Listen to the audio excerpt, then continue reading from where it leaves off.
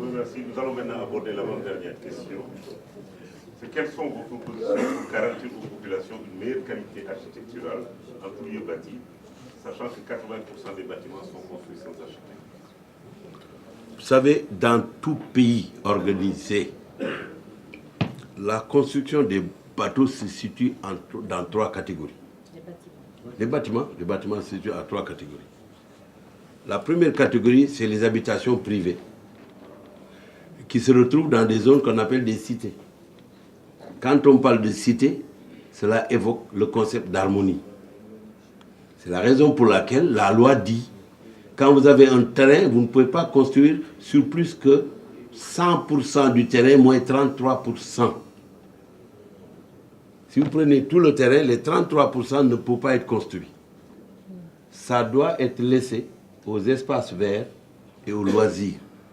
Et vous avez ici des constructions qui prennent presque 98%. Il n'y a pas de jardin. Et on ne peut pas donner l'autorisation de construire tant qu'on n'a pas vérifié le COS. Le COS, c'est le coefficient d'occupation des sols. C'est ça les 33%. Évidemment, si celui qui doit donner l'autorisation reçoit 2 millions, mais il signe les yeux fermés, c'est important. Ensuite, il y a la question des niveaux. Une cité se caractérise par l'harmonie. Quand vous allez dans certains pays développés, quand vous avez une rue, il n'y a aucun bâtiment qui dépasse 3 étages. Et ça, c'est prévu, c'est le niveau. Ici, vous avez une maison, 8 étages, une maison, 7 étages, une maison. Au fur et à mesure que les habitants gravissent les échelons de la mobilité sociale et financière, on construit comme on veut. Il n'y a plus de cité. Ça, c'est important. Ensuite, il y a des zones qui doivent être choisies de manière à être protégées pour qu'il n'y ait pas d'industrie avant une distance donnée. Mais tout ceci n'existe plus au Sénégal. Vous savez, nous avons à côté d'ici un immeuble R+6.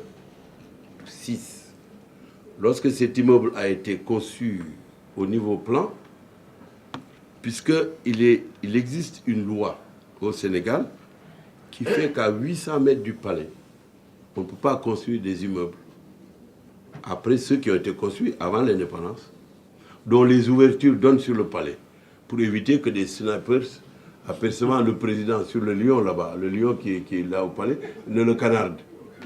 Donc c'est interdit d'avoir des ouvertures sur le palais. Eh bien, par le phénomène de la corruption, cet immeuble avait des ouvertures sur le palais. Le président Senghor me dit un jour, il me dit, Moustapha, mais il paraît que l'immeuble là qu'on est en train de construire, je vois des fenêtres. Regarde ça. J'ai appelé M. Bonami, qui était architecte. Mamadou Diop le connaissait bien parce que Mamadou Diop l'a combattu. Et quand j'ai remplacé Mamadou Diop à l'urbanisme, moi je l'ai chassé du Sénégal. Je l'ai fait partir. Mamadou Diop l'a combattu durement. C'est Bonami qui a donné l'autorisation. Et j'étais ministre de l'urbanisme. Alors, moi, j'ai fait un rapport très objectif que j'ai fait confirmer par le directeur de l'urbanisme. Et le président Senghor a été obligé de le faire partir. Parce que ce sont des mesures qu'il faut prendre pour protéger l'habitat. Parce que les Grecs disaient que si Abdoulaye Bathily construit une maison, l'intérieur de la maison, c'est à lui, mais l'extérieur, c'est pas à lui. Il le partage avec tous ceux qui passent et qui jettent un regard sur la maison. On dit pensez à l'homme qui passe et qui admire votre maison, parce que ça lui donne une jouissance passagère qui fait qu'il est heureux d'avoir vu ta maison. Mais tu fais une maison avec des flèches dans tous les sens. Et c'est ça le drame. Et puis enfin, la dernière mesure, c'est qu'il y a des canaux et des références de la construction d'un bâtiment quel qu'il soit. C'est le fameux rapport 8-4. C'est-à-dire que si vous avez une base de 8 ou 9, vous devez avoir une hauteur de 4 ou 5 au maximum. C'est l'exemple des temples grecs.